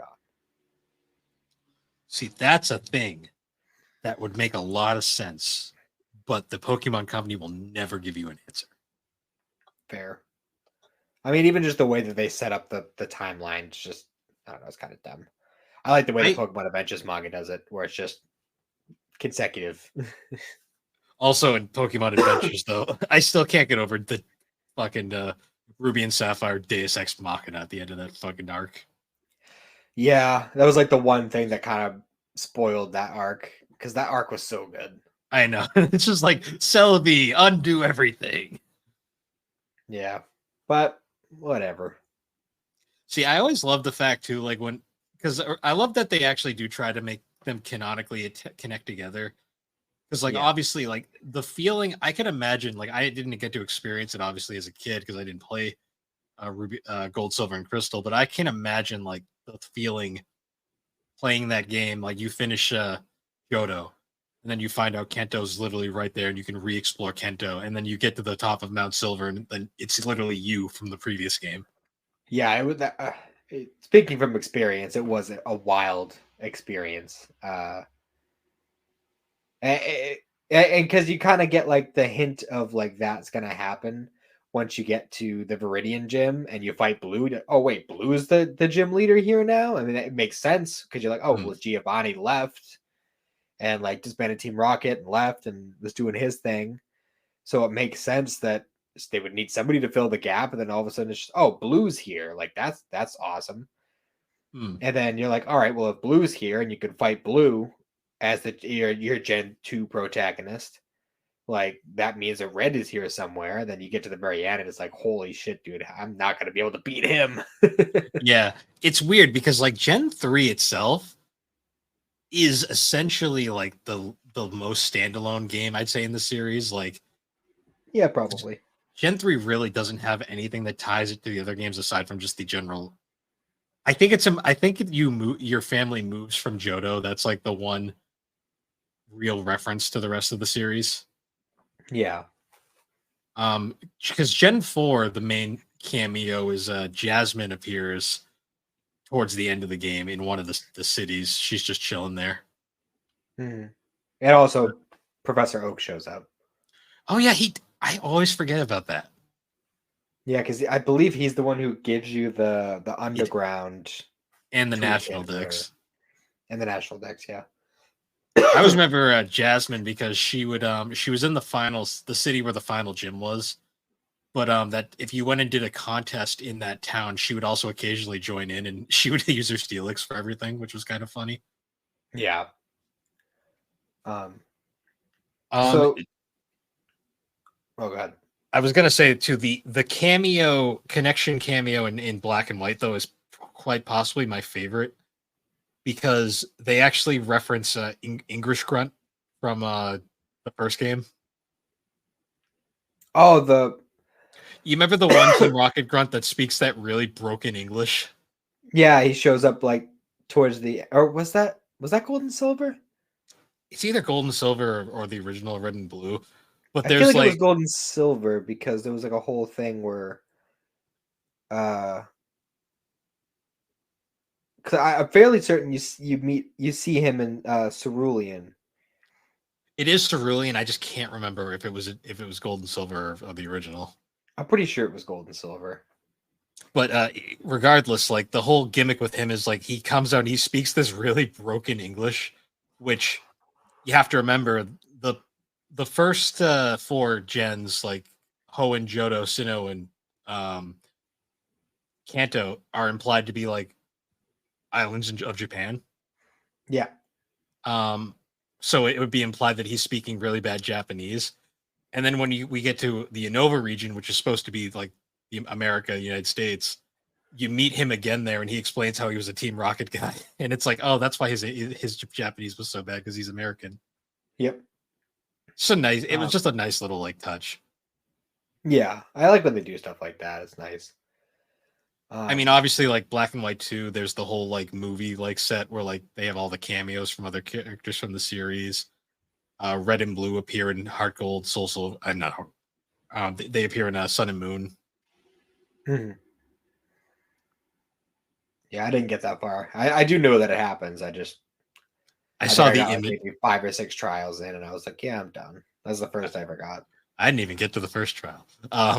Anyways. So going back now, we were talking about we're kind of just jumping around here, but out of all so one of the big things in Pokemon is you'll be going across like the region, and you'll run into different trainers. What was one of your favorite like just like random trainer quips to start a battle? Why aren't you wearing shorts? They're comfy and easy to wear. That's a classic one. I always love like the ones where it's like, "Ooh, I'm a bug catcher. Let's fight." Yeah, it was obviously Youngster Joey, classic.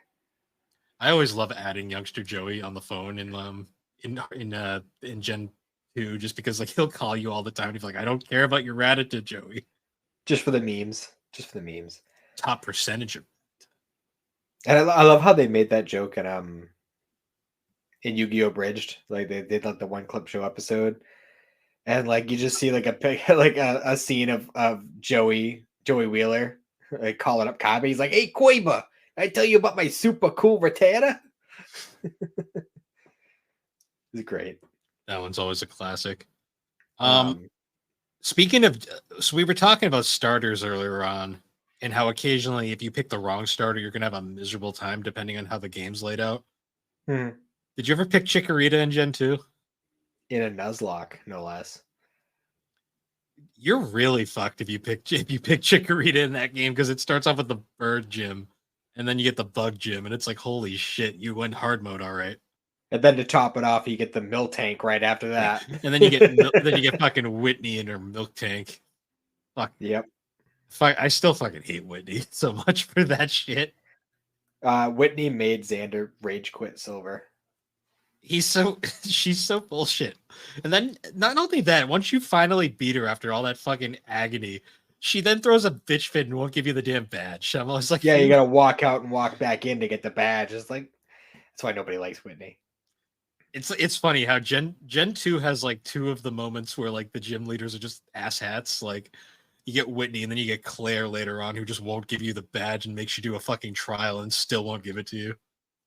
And like there's also is it Jasmine, the steel type one? Where Yes. like you kind of understand her bit where she's like taking care of the sick Pokemon, but it's like, come on, I just want to fucking fight the gym. Like, come on, let's go. Oh yeah, Jasmine hanging out with her Ampharos. Hmm. It's a lighthouse. And I feel like Gen 2, like most of the games would just like kind of give you the HMs you need as you go along, or it would be like story beats. But in Gen 2, like there was a lot of ones you could miss. Like I remember yeah. going through Gen 2 for the first time in like years and being like, why the fuck can I not find Fly? I have no idea where Fly is. It's just some random dude standing around on an island town. I think it's where the fighting gym is. He's just like not even in a house. He's just like hanging out on the island. And you just have to talk to him like after you beat the gym, and he gives you Fly. And it's been for I had to like, Google it because I had no fucking clue where to find it, and I was getting so annoyed having to run from place to place. Oh yeah. So what do you get bigger PTSD from? Zubats or Tentacruels? Probably Zubats, because in Gen 1, I like love Tentacruel in Gen 1 because I actually one of my favorite Pokemon memories was during that time period when me and my group of friends was playing the old school Pokemon games. We had N64 with the adapters set up, and my buddy Tom wanted to battle me. So I was just the biggest asshole because he was like talking all this shit, like putting up this big game. I send out my Tentacruel and just toxic wrap his entire team. It lose a single Pokemon. That was such an asshole. That's one of my favorite fucking Pokemon memories. Hmm. So But yeah. every game gives you one Master Ball. The Master Ball, for those who, I mean, most people probably know, but the Master Ball is obviously a Pokeball that guarantees a catch no matter what. Most people save them for one of the legendaries. What's the dumbest thing you ever used a Master Ball on? A trainer Pokemon. I just did it just to see if it would work. I'm guessing it It didn't. It didn't. I caught a Magikarp with one. That's a good one. Just to do it. So I was like Magikarp. I mean, I've definitely done that kind of thing just for the lols. Just because I mean, I'm at a point now where, like, if I'm going to play Pokemon, I'm going to go out of my way to try and give myself some challenge. That's why, generally, if I play an older Pokemon game, I'm Nuzlocking because it's more fun to me to sweat while I'm playing Pokemon. I did a Let's Play of one of the Pokemon games. It's no longer up. I deleted it because it was really bad. It's worse than the one that is on my YouTube channel right now. Really? And I remember in the Let's Play, I remember I got the Master Ball and I immediately threw it away. I was like, just to piss people Just off. threw it in the trash. Yeah, I was like, don't eat it, useless. Okay. No, actually, I think I caught like something stupid and then I released the Pokemon immediately after, just to be a dick. Classic. I think I also released the starter in that let's play just to be a dick. So here's the real question, though, is if you're playing Gen 2 and you get the Master Ball, what are you using it on? Roman Legendary. But which one? Because there's 3. I forget. Do they have different stipulations? Nope, they're all the same. Yeah, then Unless I'll you're check. playing Crystal. Well, Because I know Crystal's in Crystal, Suicune. you just get Suicune in like an actual battle. Because that, for some reason, in that one, that's like the main legendary instead of Ho-Oh or Lugia, which Yeah. Usually the first one I happen to run across, I'll use the Master Ball just to get one out of the way. Because you gotta go for either Entei or Raikou. yeah, because I will say it once. Fuck roaming legendaries. Yeah, and it's something that's one of the things that they decided to use again. Which Use fuck that. that shit. They use that a lot. Fucking Gen 4 had like 7 of them. Yeah, wasn't fun. That's why I just got an action replay and used unlimited Master Balls, because fuck that shit. Yeah, no kidding. So this is something that a lot of modern players will never understand, but like back in the day, the trials of mystery gift Pokemon. I never really messed with Mystery Gift. I didn't understand the concept, and by the time I did, the games would be done. Yeah. So I missed out on every single one of those, and all the like special events, like all the like extra, like side mission DLC stuff from like the DS games. Missed all those. So thankfully with the DS games, you can just action replay that stuff in, and it just so much better than back in the day, like having to go to the goddamn like Toys R Us to like so they could scan your cart and just give you this thing. I get why they did it. They were trying to promote like interaction and meeting people, the whole thing the series is about. But let's face it, kids hate each other and don't want to do that. So Yeah, and it's just like a huge like pain in the ass to just be like, oh, well, you just can't have this Pokemon unless you happen to know a mystery gift event is happening and go to the store to get the thing. and they never came to our stores, I swear. Like, I never got Celebi in Gen 2. I always knew like where you were supposed to go to get it, but was never an option for me because I didn't know that that was a thing. Yeah. And now like mystery gift is just a thing that you can just do over Wi-Fi, and it's still such like a thing that I'm so unused to that I never end up doing it. And they don't last as long as like even like going back to like X and Y and Omega Ruby Alpha Sapphire, like the mystery gifts for those would last a while. Like it would go for like a good couple years, and there'd consistently always be something. I went after like maybe 6 months of having the Gen 4 remake, and there was nothing on the horizon. They were all done with that, and it's just like, well, all right, fuck me, I guess. So were you pro using legendaries, or did you just catch them and put them in the bank? When I was a kid, I used them. Now they're just not as useful to me because even as a kid, like, because you catch the legendary and like at first it was good, but they take so fucking long to level up, and because you get them at a higher level already, they're not as good as a Pokemon that you just caught at like level 10 and raised. So at that point, it was like, why even bother? Yeah, they were kind of like they were cool to have, but then once you got them, you were like, "Fuck this!" They're not fun. Unless I'm playing one of the Gen 1 games and I do the glitch to get Mew because you get the Mew at level 7 and you raise that from level 7, and that's the best Pokemon you're ever going to get in that game. Because Mew can learn every move in the game, right? Yep. And it just has like really good stats anyway. So having a Mew and having Transform with like those like amazing base stats in that game, like you just automatically have every Pokemon and it's automatically going to be better than whatever I'm copying. So that was always fun. Speaking of, so you mentioned the Mew glitch. Speaking of glitches, We have to talk about Missing now. Yeah, I never did that as a kid. That was something that I discovered later in life. I think most people like didn't initially do it when it was a thing. They kind of discovered it. Well, they discovered it earlier on, but they didn't actually mess around with it till like they were much older. Mhm. Because Missing No is like one of the funniest things ever. I swear. Because wasn't it like a thing where like Missing No was originally supposed to be like what became Missing No supposedly was originally supposed to be a first form Kangaskhan. Supposedly, that's kind of why it evolves into one. Because I think it was supposed to be like the little baby in the pouch. Mhm.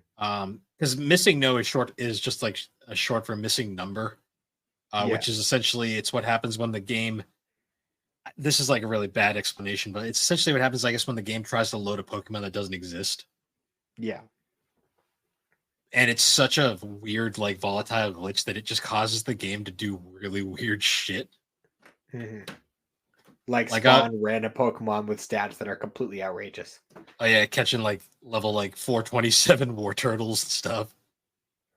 Yeah, Um, my buddy Matt, when we were going through those games, he kept getting Porygons, and that just everywhere. it was just outrageous. And it would be like outrageously powerful, but as soon as it levels up, it would be like what it would supposed to what the stats would supposed to be at that level. So as long as you didn't level it up, it was just a fucking powerhouse that could not be beat. You just catch a bunch of them, and then once one leveled up, you just get rid of it and get another. Yeah. I always remember there's that, or like it would multiply whatever's in your seventh item slot, so you just get like 99 or whatever. Yeah, that's how you get extra TMs in those games. Extra TMs, unlimited Master Balls. Yep. Well, that was one big I think Gen 6 change that was a huge game changer was unbreakable TMs, just forever TMs. Unbreakable TMs and letting you delete HMs. Yeah. It was a big game changer for sure. Also, Gen 6 also introduced customizable player characters for the first time. Yeah, I didn't really mess around with that a whole lot. There wasn't a whole lot that I liked. I don't know why they had like a weird like idea of what your character should look like in Well, Pokemon.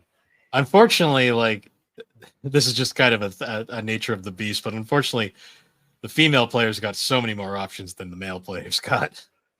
The figures. Um Also one thing I liked about Gen 6 was the roller skates.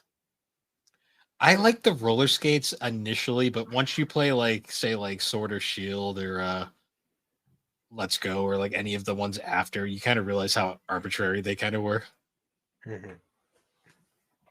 Because Um Gen 6 is weird because when you don't have the roller skates, like the controls are still stuck on like the 8-way movement. yeah. But then like when you have the roller skates, you actually move in full 360-degree motion. Mhm.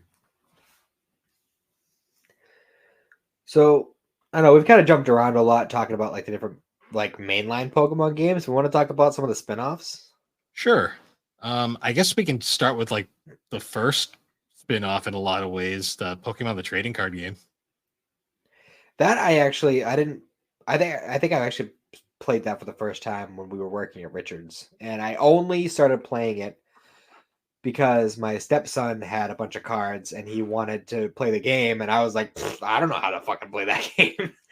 So I ended up I ended up downloading a ROM on my phone at the time and I played through it just to learn how to play the game and then through that was able to teach him how to play. Hmm.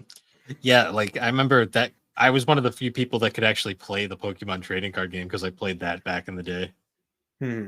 I mean, Um, nowadays I don't know about DX, GX, EX. I don't know what the hell all that shit is, but Goddamn coin flips.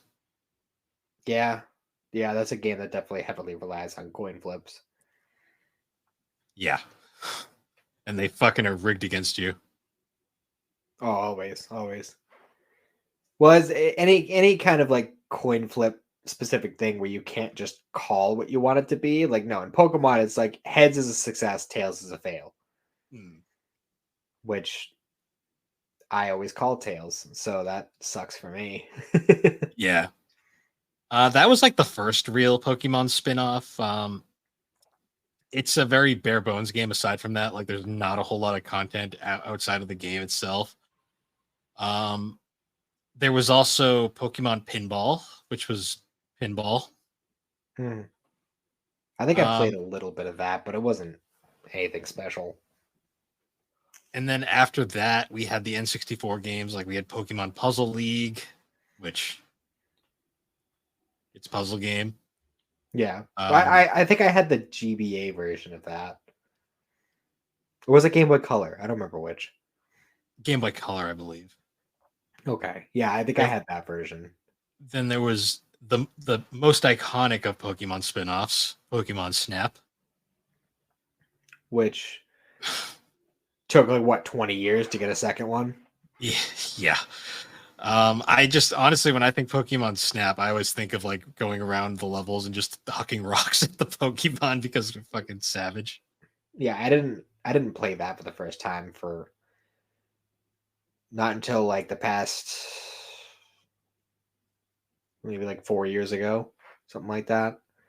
It's fairly recent the first time I played it, and I played it a little bit, and it was fine. You know, it Hmm. wasn't anything crazy, but I enjoyed it for what it was. Is that an NSO right now? I feel like it I, is. bel I believe so.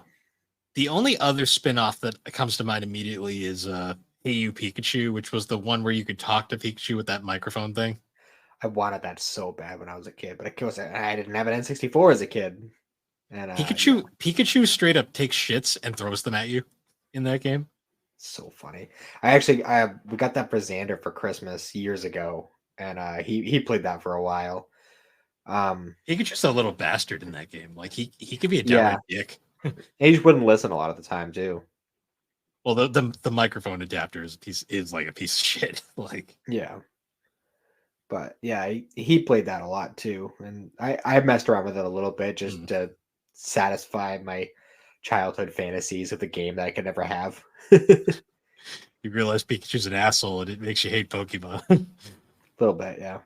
But the uh, we, concept was cool, and I kind of wish they would bring that back with the technology we have now because it would be way more interactive and way more functional now if it was made now as opposed to back then. hmm. um, yeah, honestly, there was supposed to be like a semi sequel in development for the GameCube called like Meowth Party, but it never got super far in development. Oh, that would have been fun, especially since Meowth actually talks. He could be talking shit the whole time. Yeah. Um. So I was gonna say we already kind of talked about like the GameCube ones and Stadium to a degree. Like they're not great games. Well, I mean, Um. Stadium's fun. I mean, Stadium. Everyone plays Stadium for the party games. You know, the mini games. Yeah. Then Stadium's just a decent battle simulator. Yeah, it was Um. just a fun party game. Now, if we're gonna talk spin-offs, we should talk about the Mystery Dungeon because that's basically the spin-off. Yeah. Um, which the at the time that this is released, there will probably be a blog about it on superpodnetwork.com. Yes. Um. Gotta make use of that um, now. so I played the red and blue rescue team games when they came out. Um, and I had an immensely fun time with those. Hmm. Especially since uh, I don't know if it's happened since, or maybe my memory is just foggy, but in the red and blue rescue teams, there is a point in the story where there is a literal lynch mob after you, trying Yep. to murder you because they think that you are causing all these natural disasters just by existing. I mean, I still think to this day my favorite. Like, I love the really hilariously offhand comedy in like in the series because like one of my favorites of all time is still like the guy outside of the grass gym in Gen 1 who's like, I love this gym, it's full of women. Yeah. Which they changed in modern versions to strong trainers. I still Yeah. remember that back in the day. It's about right. But yeah, Mystery Dungeon was really cool. Like the whole concept of just it's basically an isekai story because you Yeah, just kind of wake up and you're a Pokemon in like a literal Pokemon world where they have their own communities and legends and myths and gods essentially. I love the fact that like the way you determine what your Pokemon's going to be is a personality test, but I swear to God, everybody just fucking cheats and makes it so they get the Pokemon they want. I mean, at first for sure. And they kind of changed it up with the remake and like the later additions to the series where they lead you off with the personality test, but then they're like, "Do you want this Pokemon?" And if you say no, they're just like, "Okay, well here's a list. Pick one." Yeah, Like, it's better than fucking having to save scum the entire time just to get the one you want. Because I remember having to retake that thing multiple times just to get a Trico. yeah, they're just being like, oh, "I don't know what the fuck to answer." Like this is when that game came out, like the internet was still fairly new and Well, even then, like you can look up how to get a certain Pokemon, and it's still extremely vague. Like you're still gonna have to retake it a couple times to figure it out.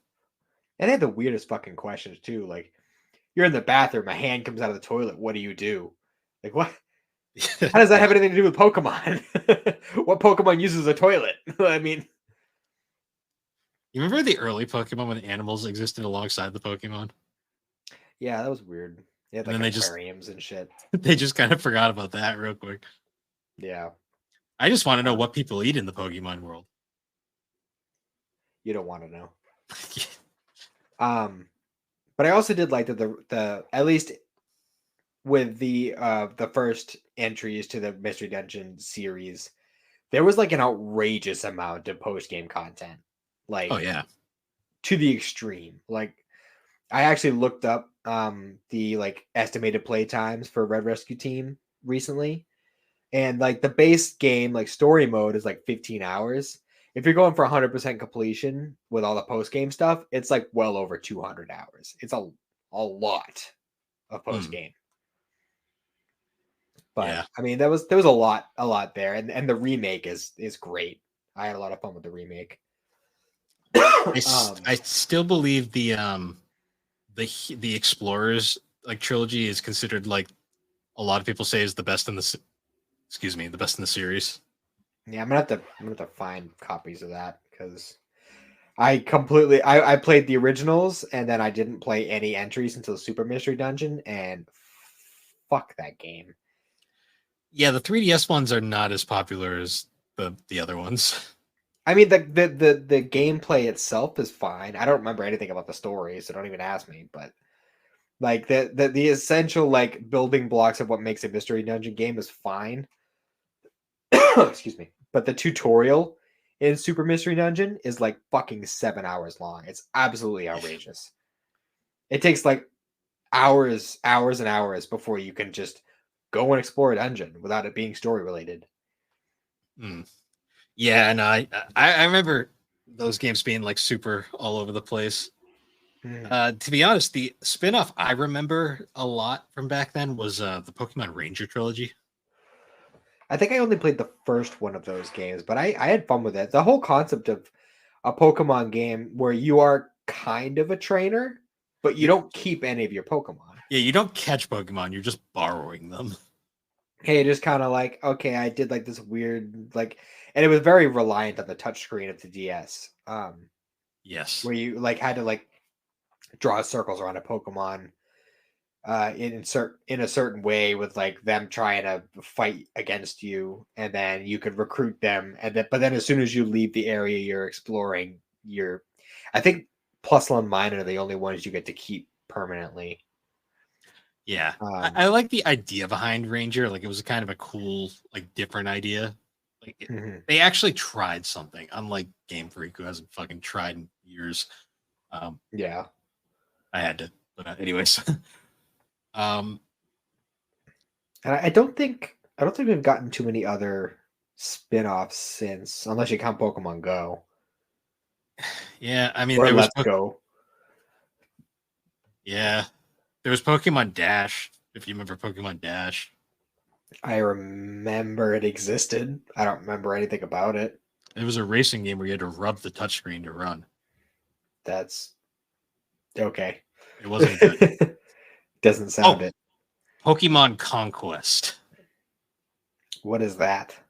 That was the one that was like that weird tactical RPG that was like a crossover with like it's some Japanese like tactical series. I can't remember the name of it right now, but it's like the most it's just one of the most what the fuck crossovers ever, but it's surprisingly really good. It's interesting. It's a tactical Pokemon RPG. Ooh, Pokken tournament. Oh yeah, I never got that. It's a bizarre spin-off. It's a Pokemon fighting game. But the way that like, I don't really particularly care for the structure of it. I don't like the fight angle, like how they're like angled that way. Yeah, because it's like whatever like the first player is gets like the focused angle, and then the other player is across, and they have to kind of like weave around it. It's one of And those the way games, that it has like a far away combat and then a close up combat, even though it's still a pretty small area. It's like a really bizarre structure to it. yeah, it was one of those ones where I was kind of like, this is an interesting idea, but they completely shat on the local co-op people with the design because it was clearly designed for online multiplayer. Yeah, I would have liked it a lot better if it was just a straight up like classic 2D style fighting game. Hmm. Um, did you ever play any of those like Pokemon Rumble World games? No. I got one for free on my 3DS once, but I never played it. I haven't messed with like any like the um what the hell is that one that everyone's playing now? Uh the one that Oh, you can play on the phone, but it's oh, also on Switch. Masters, I think. Yeah, or no, that's not. What the No, hell no, is it? not Masters. Hmm. I don't remember. Oh, I know it's been around for a little bit now, but Pokemon Shuffle. no. I know Xander plays it. I don't remember. I'm sure Um, who if anybody listens to this, they're probably gonna know exactly what we're talking about. But See, I remember Pokemon Masters EX, which was the first major mobile phone game. Which actually was kind of cool, like just as a decent little Pokemon game. But I always remember it because when it came out, the hashtag on Twitter was Pokemon Master Sex. Pokemon phone game. What the hell is it called? Pokemon Unite. Oh, okay. Yeah, I never played That that. one. Me neither. But yeah, there's I mean, I guess there are a fair amount of Pokemon spin-off games still. It's just that most of them go to mobile now. Did you play Pokemon Go at all? When it first came out, yeah, for the first year, I was like super into it. I remember when we were working at Richards, I came in and there was a person playing Pokemon Go out in the parking lot. I had no idea who they were. This was Yeah, during when I actually, for the first year, I was like, I actually bought my first smartphone specifically for Pokemon Go when I heard it was coming out. And I actually got pulled over by a cop once playing it well, not pulled over, I was walking. Because this is at the point where I was still working at Cumberland Farms, and must have been working a late shift. I was covering for somebody or something, and I got out like it was like midnight or like past midnight, and I was walking home, and of course I had Pokemon Go out because it was the point where I was playing it, and I saw that there was a Vileplume nearby, and I didn't know exactly where it was, but I knew like the hot spots where I was walking where they would generally tend to spawn. So I was like walking behind a breakfast place, like into the like back parking lot, and a cop happened to be passing by as I was walking back there, and he like pulled over. He's like, "Hey, what are you doing?" Blah blah blah. I was like, I showed him my phone. I'm like, "I'm playing Pokemon." I'm on my walk from home. I just happened to see fucking whatever. He's like, "Go home." I'm like, I don't know. It was funny. I'll never forget. I won't say his name because he was someone we worked with. Well, you kind of still do work with him, I think. You know who I'm talking about. Mhm. I remember coming into work one night and I see him on a ladder, taping his phone to the ceiling fan, and he has the fan set for like the lowest speed setting. And I'm looking at it, I'm like, what are you doing? Because I was so just confused. And he's like, so I'm trying to get eggs in Pokemon Go. And he's like, you got to constantly be in motion. So I taped my phone to the ceiling fan and it's going at the slowest speed. And I just looked at him like, I don't have time for this. And I just kept going. I was like, I was so, because it was night shift. I was tired as it was. And I just walked in to take over for third shift. And I just see that. And I'm just like, what? I'm like, what the fuck is this? Yeah, every now and then I take it back out, but it's for the most part, I just couldn't care less. Xander's all pumped up now because he has an iPhone now, so he plays Pokemon Go off and on now, and he gets really into it. See, I remember the saddest thing I ever heard was like I was waiting in line at a Dunkin' Donuts, and there were some people in front of me, and I remember because this was just when Pokemon Go came out, and they were talking about it, and I remember they were joking, like saying like, "Oh, do you guys play Pokemon Go?" And like one of the guys literally goes, "No, because that would require me to go outside," and I went, okay, the world is fucked. And I just walked away after that. It's about right. Yeah, I think that's pretty much at least the main spin-off ones that were worth mentioning. Out of curiosity, just because I've been kind of playing around with emulators and stuff lately, did you ever fuck with ROM hacks for Pokemon? Pokemon Crystal Clear, I think, is my favorite ROM hack ever. What's the gimmick for that one? So Crystal Clear is a very cool. I actually have a ROM cartridge of it, which is kind of neat. The idea of it is it's essentially it's Pokemon Crystal, but they made it an open world game where you can choose.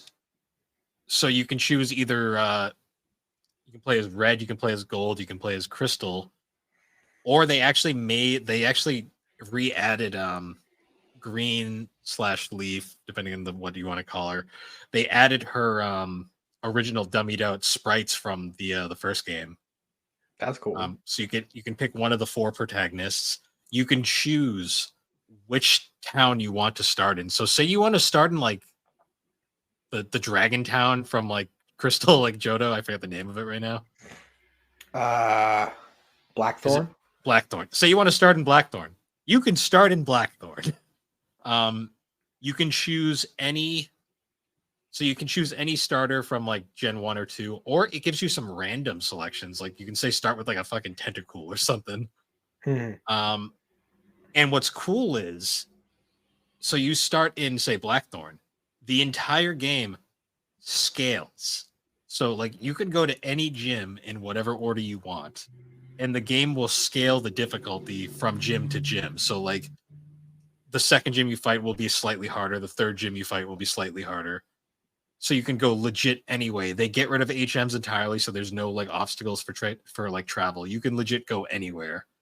That's pretty cool. It is such a cool concept for a ROM hack, just as a like one-off idea. Yeah. It's just cool. The only downside is it's based off like a 8-bit game. I kind of wish they'd made like a 16-bit version in the Gen 3 engine, but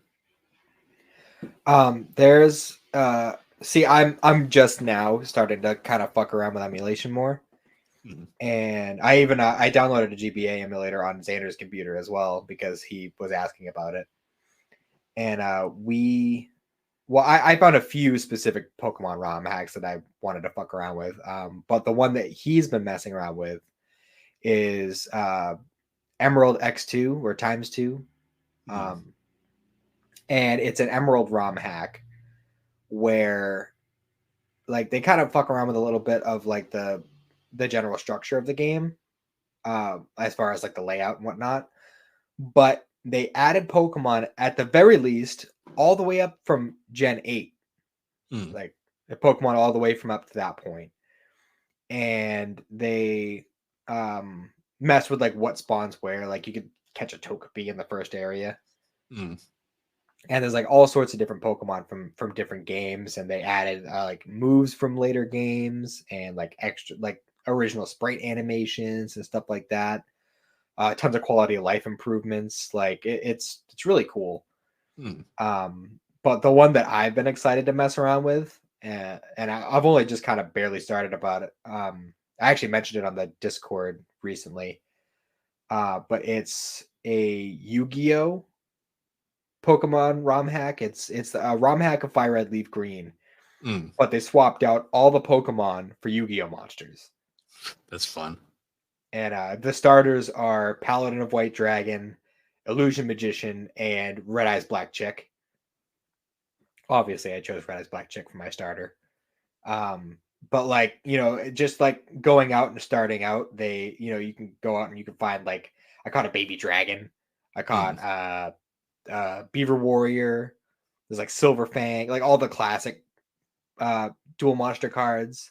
mm, Um and like they like changed out a lot of like the dialogue stuff from like random people you talk to, and they'll talk about the Yu-Gi-Oh monsters and things like that. There's tons of like quality of life improvements, like XP share works the way it does in current Pokemon games. mm. In that, uh, you automatically have the running shoes, and just walking in general will you'll automatically be running. Nice. Like, I don't know. There's just they added a ton of cool stuff to it, and like I'm excited. I'm probably gonna end up streaming that. Mm, that'd be Because cool. that's it's really fun. And there's also another one which I believe I streamed a little bit last weekend. Um, Oh, the where it's Dragon Ball one with the really it, bad bad balancing issues. yeah, that game is not balanced at all because everyone is way stronger than they should be right off the bat. See, there's a lot of ROM hacks that I remember where it's like there for some reason the Pokemon community just loves their horror ROM hacks where they make the game like unnecessarily dark. I mean, I'd fuck around with one of those. I mean, some of them are classics, so some of them are just fucking cringe, like edgelord cringe. But I I wonder if remember there's like a. Oh, go ahead. I was gonna say like I remember playing a lot of like Lost Silver, like Creepy Black back in the day. Hmm. I wonder if there's a ROM hack that swaps out the Pokemon for Digimon. Probably. That'd be interesting. I don't know. I'm just like I like that. Those are probably the Pokemon games I'm gonna end up playing as the ROM hacks, just for the fun of it. The novelty of it. Like the Dual Monsters one, like that one is probably what I'm actually gonna play all the way through. I like the gag ones too, like the Bidoof version where it's just every character's Bidoof. That's just silly. But yeah, Um, yeah. Other than that, though, I think we've kind of covered the gauntlet. for the most part, yeah, I say so.